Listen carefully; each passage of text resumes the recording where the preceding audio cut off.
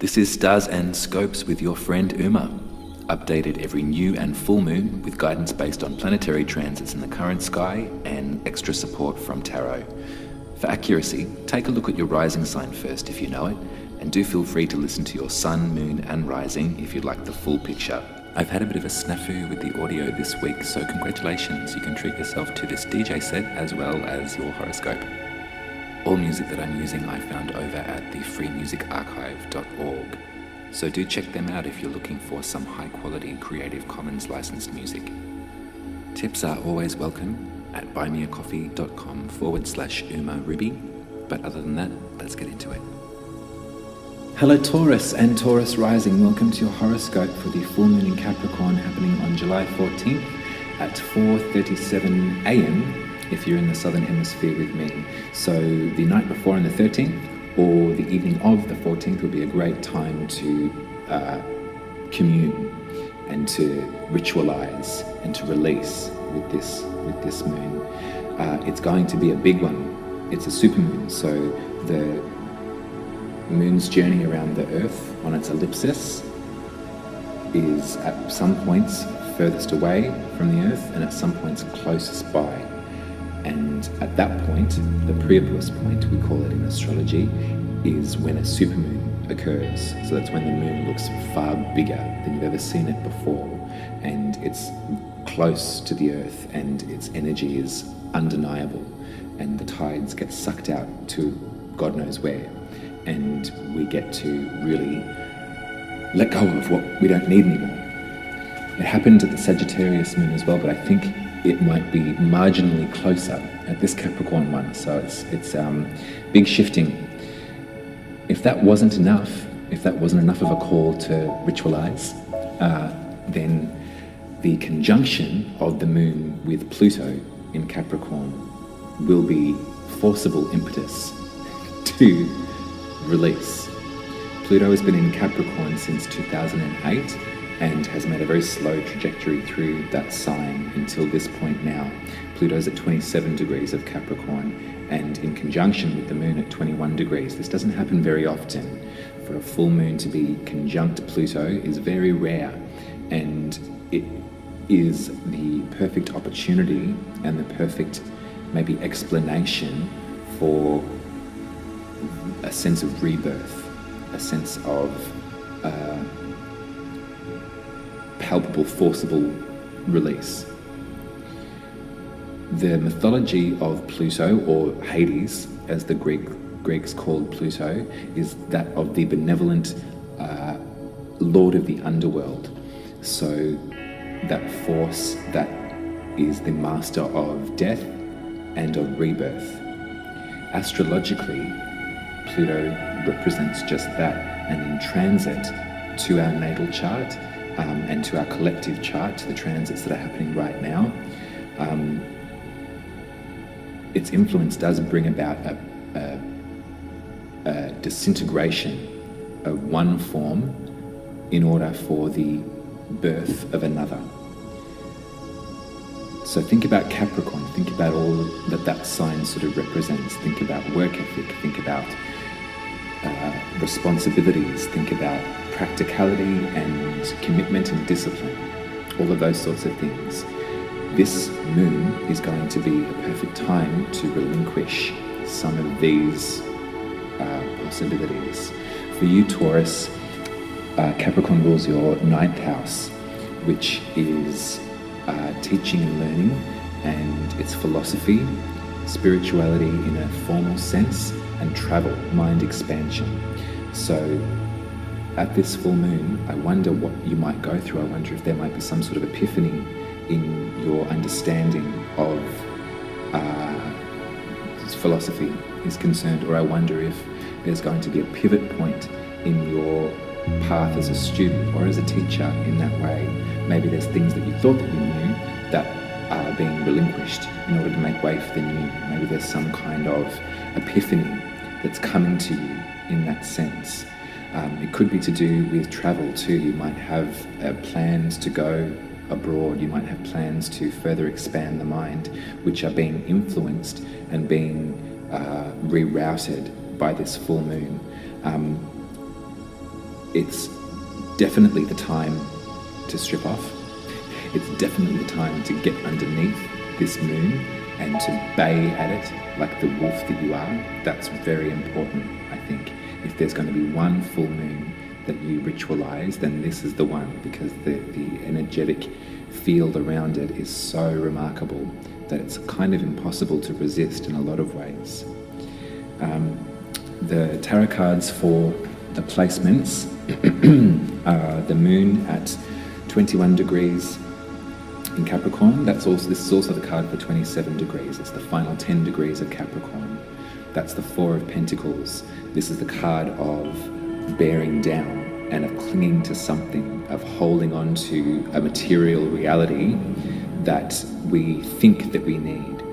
And so at this full moon, you're really being encouraged to let go of this in some way. Is there a vice-like grip on a set of circumstances or a sense of reality for you that needs to be relinquished at this time?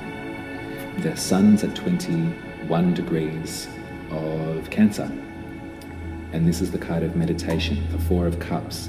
So this isn't about taking on more emotional debt or a more emotional loading. This card is all about boundaries. This card is a centered meditation that we can sit in whilst the whirligig of influence from the astrological bodies are taking place. You need to center yourself. You need to calm your nerves, calm your anxiety if that's what you're feeling right now. You need to meditate and take the time to rest as much as you need. Do your Taurus thing. Take the rest, take the moment, take the opportunity to rebalance and recenter as you prepare to let go some of this stuff. So, 9th house. Think about, I'll tell you what, I'm going to tell you about, there's another T-square happening. So if we have the moon and the sun in their opposition, forming that full moon, we've got pressure points, again, with another body up here in Aries. It's not a planet this time, it's an asteroid. This is the asteroid Chiron. So Chiron was discovered in 77, and it was in the tradition of astronomy and astrology named after the Greeks. It was given the namesake Chiron after the wounded healer of Greek mythology. Chiron was a centaur, half beast, half horse, half man, and also the son of the gods. So centaurs had a reputation for being belligerent and drunk and amoral and animalistic, but Chiron used their time and their extended lifespan to learn and become a herbalist and a healer and a sage. Their service was that to heal other people, other beings. They were hit by a poison arrow from Hercules, which should have been a mortal wound. It was really dramatic and really painful, but because of their immortality, they couldn't die. And so they spent a lot of their time in absolute pain, praying to the gods to release them and to set them free. The gods eventually acquiesced and released Chiron into Spirit Land, and they installed the sign of Sagittarius in the cosmos. The constellation of Sagittarius that exists now is kind of a memorial to Chiron. So that's the macro, but to bring it down into the micro, traditionally Sagittarius rules the 9th house, which is where Capricorn is for you, which is where this moon is for you. So there's a lot of emphasis on this journey, this spiritual path, these lessons, this philosophy of life for you. In transit, Chiron in Aries represents a wound. It's the Chiron in a natal chart represents where we are most wounded and where we can't heal ourselves. It's a wound that we can recognize in other people, and we can help them and see it a mile away and give them all that they need to heal. But we find it very difficult for ourselves to provide ourselves with that same comfort or ability to regenerate and to heal. So an Aries Chiron wound is the wound of the soul. So in terms of soul purpose, if there's some existential pull to your experience right now, that things are getting quite tricky and it's difficult for you to find a reason why, number one, I feel you. I think that that's a universal experience, and your experience is not discounted in value. I really understand what you mean, Taurus, by this. If this is what you're feeling, if you're finding it difficult to grasp onto what it is that you thought life was about, you know, if you're really trying to find the meaning, I understand. And look at it this way: this full moon is the perfect time to look at the wounds that we carry and to actively attempt the beginning of that release. Give it back to Luna. Let Pluto and Luna take the burdens and dissipate them in order to regenerate and to rebirth, to begin this process of rebirth for you. In terms of philosophy, spirituality, in terms of travel and mind expansion, all of these things, all of the Chiron attributes, you know? So have a think about that. That's the astrology. I'm going to pull you some intuitive tarot as well to get some messages right here, right now. I'd highly recommend that you do ritualize this full moon, you know, like get out there underneath it and howl if you need to. And if I'm going to post this a week before, on the 7th, I think. So if you watch it then, watch it again on the 14th and pay attention to these messages, and we'll see what comes out and see if you can relate them to your experience. Oh, I got 3. I got the Page of Pentacles. I got Death. And I got the 10 of Cups.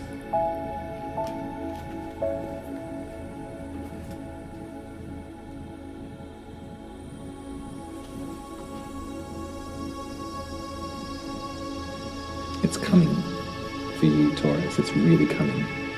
There's an opportunity here that is fresh, and there's the potential for a real growth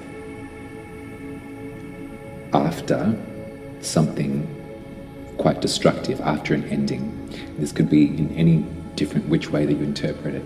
Remember that death doesn't mean death forever. Death is actually Pluto embodied in a lot of ways. It's the destruction and the revolution, the evolution, the rebirth of something.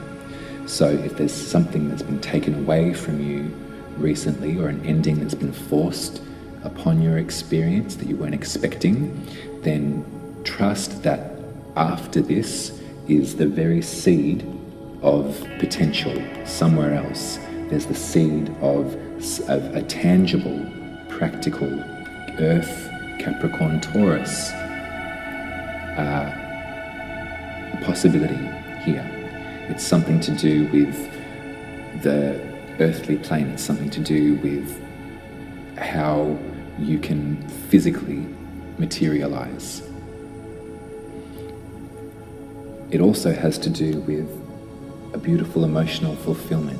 Now you remember Neptune is still here at the 10 of Cups. Remember we talked about delusion a month ago at the last full moon. But this is, when it's not delusion, it's a dream, isn't it? It's a beautiful space and a moment of satisfaction and fulfillment. We experience these all throughout our lives, and from this space, from this Plutonian destruction or completion of a cycle, the seed is waiting for you. It may be an offer from someone. The court cards can sometimes represent someone in our periphery, so someone that is in our environment that comes to us in this sort of youthful, expressive, vibrant energy that can offer us something to get us to this space of happiness and emotional contentment. I wonder if we can tie all of this into your quest for understanding, for your philosophical ventures. That could be really nice. If you are feeling like a novice, or if you're feeling like you just don't get it, then you need to let that go to the moon as well. That was just a message that came through now. But like, if there's something attached to your ability to learn, your learning style, if you're feeling self-critical, or if you've been criticized by your intelligence, or your learning style has been criticized, I want you to let that go, because it's not true. It is the way that you learn is just as valid as everybody else's. Oh, and the sound's run out. Okay, Taurus, that's me. That's your full moon in Capricorn reading. Much love to you. If you wanted your birth chart read, do head over to umaruby.com and head to my readings page. You can find a list of offerings there. I'd be more than happy to read for you. If you'd like to tip me for my troubles for these readings, you can head to buymeacoffee.com/umaruby and throw some money in the tip jar. Until I speak to you in 2 weeks for the new moon in Leo, I love you. I can't wait to see you. I'm going to be there with you at the full moon. I'm going to be screaming my guts out. It's going to be really great. I look forward to it. And much love. Full moon blessings. Take care.